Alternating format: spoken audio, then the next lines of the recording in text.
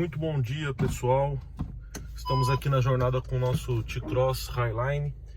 Esse aqui é um 1.4 TSI, né? E vamos falar um pouquinho sobre os pontos negativos do carro. Falamos um pouquinho nos vídeos anteriores e agora vamos falar mais sobre os pontos negativos. Pessoal, uma coisa que eu tenho visto aqui como ponto negativo do carro é justamente o consumo de combustível dele no trânsito intenso na cidade de São Paulo. Então, pra vocês terem uma ideia, abasteci o tanque com álcool, né? E ele tá marcando uma média máxima aqui de 6,5 km por litro andando no trânsito intenso, né? Então as pessoas têm mania de falar que o T-Cross ou os carros turbo são bem mais econômicos do que os carros aspirados, mas no caso do T-Cross 1.4 aqui, no trânsito intenso da cidade, ele está marcando 6,5 km por litro de álcool andando pela zona sul aqui e com trânsito intenso, né? Nesse mesmo trajeto aqui, o Renegade ele marca 5,8 ou 5,9, então não é uma diferença tão significativa assim, lembrando que estamos num carro de aproximadamente, acho que 1.200 kg, 1.300 kg, se não me engano, pessoal. E o Renegade tem mais de 1.500 kg, né? Então só para fazer uma comparação mais justa e real com o que está acontecendo, né? Principalmente na cidade. Então na cidade, na estrada a situação muda de figura.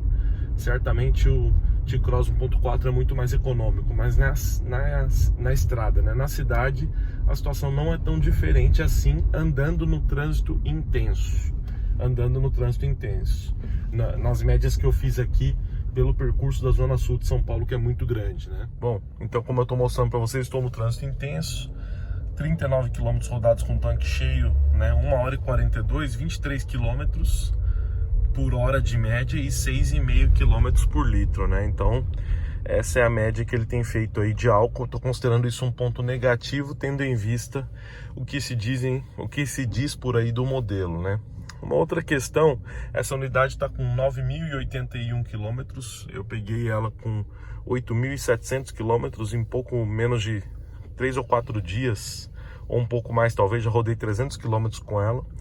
E ela está com barulhos aqui na coluna B, barulhos no painel, então aqueles mesmos barulhos do T-Cross que a gente conhece, né?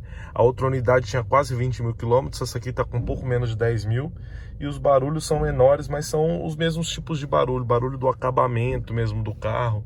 Talvez seja mais difícil de encontrar onde tem barulho no banco de trás, e eu que ando sem som, para gravar para vocês, eu acabo escutando todos os barulhos do carro mesmo. Então é o que eu te falei, ó, trânsito intenso, 6.4, lógico, não é aceitável para o carro, mas eu estou comparando em relação aos outros carros da categoria, né? Então, no trânsito intenso, a situação não muda muito entre um carro e outro, né?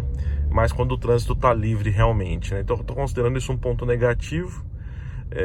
Lembrando que ele também tem start-stop aqui, ele está ligado e de vez em quando ele desliga o carro aqui. Estou sem ar-condicionado ligado na maior parte do tempo, né? Mas a situação em São Paulo já está mudando um pouco da pandemia, então realmente o trânsito está intenso. Mas esse é o vídeo o vídeo de hoje é vídeo sobre pontos negativos do carro, né? Ele tem inúmeros pontos positivos.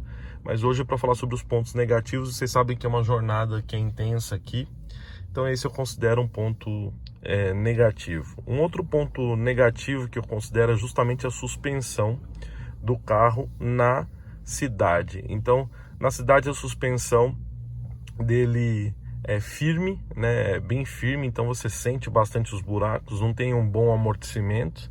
É aquela suspensão típica de Volkswagen, como eu sempre digo, né? E esse também eu considero um ponto negativo do carro. Uma outra questão que desagrada, e isso foi uma pergunta inclusive de um inscrito, ele perguntou para mim se valeria a pena comprar, se era tão melhor assim o T-Cross 1.4 em relação ao T-Cross 1.0, né? Eu andei no 1.0, achei um 1.0 mais silencioso de motor e parece que o motor casou melhor com o câmbio, né? Então parece que existe uma aceleração mais linear, talvez porque tem uma entrega de potência menor também. e as marchas entram mais rapidamente também. Achei que ele não prende tanto as marchas quanto no 1.4. 1.4 tem uma relação de marchas que às vezes dá uma seguradinha demais na primeira, segura demais a segunda, e aí o carro não roda tão solto quanto a gente gostaria que ele rodasse assim. Às vezes você quer que ele troque a marcha, ele acaba segurando um pouquinho demais a marcha, e ele tem um ronquinho um pouco mais evidente em baixas velocidades. Então em baixa velocidade, eu tô a 2.000 giros aqui, você tem um ronquinho esportivo dentro do carro, né? Então depois eu vou fazer um vídeo colocando o celular numa posição melhor. Preciso de bateria aquela hora, pessoal. Legal isso aqui do Easy Entry, né? Só colocou a maçaneta aqui, só colocou a mão na maçaneta e já era. Mas como eu tava falando, depois eu vou exatamente fazer um vídeo mostrando aí o funcionamento como é que comporta os barulhinhos internos aqui, colocando o celular numa posição bem estratégica. Câmera de ré bem... Olha o barulho do freio, pessoal. Fica olhando. O Virtus tinha isso, o outro Polo também tinha, ó. Olha o barulho das pinças de freio. Todo carro faz isso, mas esses daqui é mais evidente. Não sei porque o Volkswagen é um pouco mais evidente, né? Então, o consumo se mantém lá, 6,4 km por litro agora. E vamos ver como é que vai ser esse restante de teste aqui. Mas ainda em relação aos pontos negativos, é legal aqui, ó. Deixa eu só mostrar pra vocês. Quando eu abro o vidro, ele tem um ronquinho. Ó. Ele tem um ronquinho do turbo, né? O ronquinho não, aquele assovio, né, do turbo. É bem gostoso de ouvir, mas quando o vidro tá fechado, às vezes parece que o escapamento tá um pouquinho furado, né? Mas isso é um ponto negativo se você pensa na questão de conforto e não de esportividade. Lembrando que esse aqui é um carro de proposta familiar. Inclusive vou colocar aqui, ó, no modo Eco, que eu sempre ando. Apesar dele ficar aceso o modo Eco, ele não tava no modo Eco aqui, né? Vamos lá. Uma rua de paralelepípedo aqui, ó. Essa unidade faz menos barulho do que a outra, mas faz barulhos pelo carro inteiro aqui. E esse aqui é um dos pecados do T-Cross, segundo o meu humilde entendimento, né? Como ponto negativo, a única coisa é a questão do ruído aqui, de material fonoabsorvente. Se o carro fosse melhor nessa parte, com certeza, pessoal, já é muito vendido, seria aclamado pelas pessoas, porque ele é muito bom. A suspensão passaria batido, realmente, porque ela é confortável, tal, só que é aquela suspensão típica de Volkswagen, não é dura, mas realmente se ele fosse bem isolado aqui, seria um carro fantástico, seria muito bom. Até o teto dele aqui é preto, ele tem um refinamento muito bacana em um monte de coisas, né? Mas realmente essa questão dos barulhos internos deixa a desejar. Lembrando que eu não peguei nenhuma unidade com 40 ou 50 mil quilômetros, né? Todas aqui que eu peguei estavam com entre 9 e 20 mil quilômetros. Então realmente faz falta aqui um silêncio a bordo. E eu vou falar uma outra coisa para vocês, tá?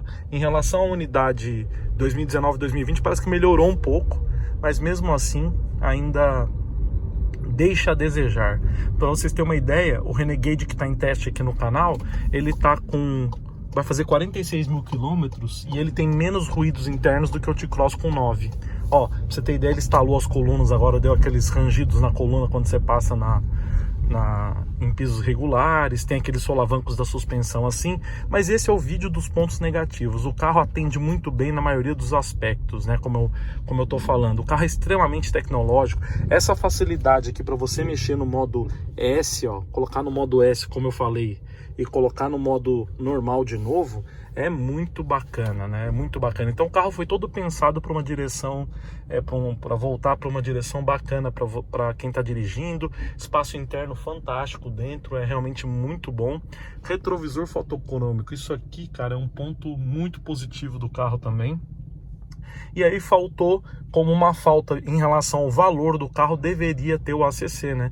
Já que o Nivus, que é de categoria teoricamente inferior, apesar de ser um carro bem parecido com esse, esse aqui deveria ter com certeza. Mas o carro, em linhas gerais, são poucos os pontos negativos que eu vejo no T-Cross. senão o mais importante seria justamente a questão do acabamento do carro, dos barulhos, porque realmente é lindo, né? Tem um inscrito falou aí, olha, o carro é realmente lindo por dentro, e é lindo mesmo, e à noite é mais bonito ainda, com faixas de LED, tal, é realmente bem bonito, mas deixa a desejar na questão dos barulhos internos aqui, ainda mais uma unidade tão nova como essa aqui, né?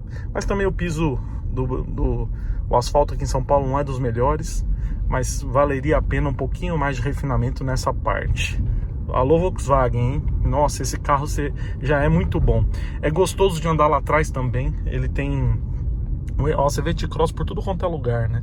Porque ele tem um espaço interno excelente, um bom porta-malas. É um carro realmente que tá acima da média nessa questão, especialmente da tecnologia. Esse foi o vídeo dos pontos negativos, espero que tenham gostado. Deixa aí embaixo seu comentário, seu like, compartilha esse vídeo com quem gosta de T-Cross ou quem gosta do mundo automotivo. Muito obrigado pela audiência, até nossas próximas histórias, fui!